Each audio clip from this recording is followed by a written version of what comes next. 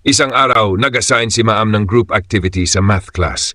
Hinati ang klase sa 4 na grupo at ang task nila ay gumawa ng presentation tungkol sa paggamit ng math sa buhay.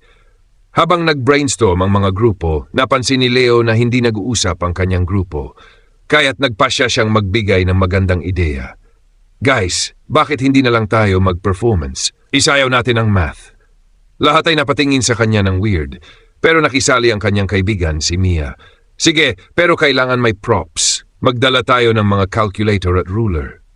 Pagdating ng araw ng presentation, lahat ng grupo ay nagpakita ng mga PowerPoint presentation, pero ang grupo ni Leo ay nagumpisa ng dance number na may dalang calculator at ruler. Habang sumasayaw sila, sinabi ni Leo, sa math, kailangan nating i-add ang saya at i-subtract ang boring. Nagtawanan ng buong klase at si Maam. Sinabi niya, okay Leo, parang ikaw na ang pinakamagaling sa paggamit ng math sa buhay.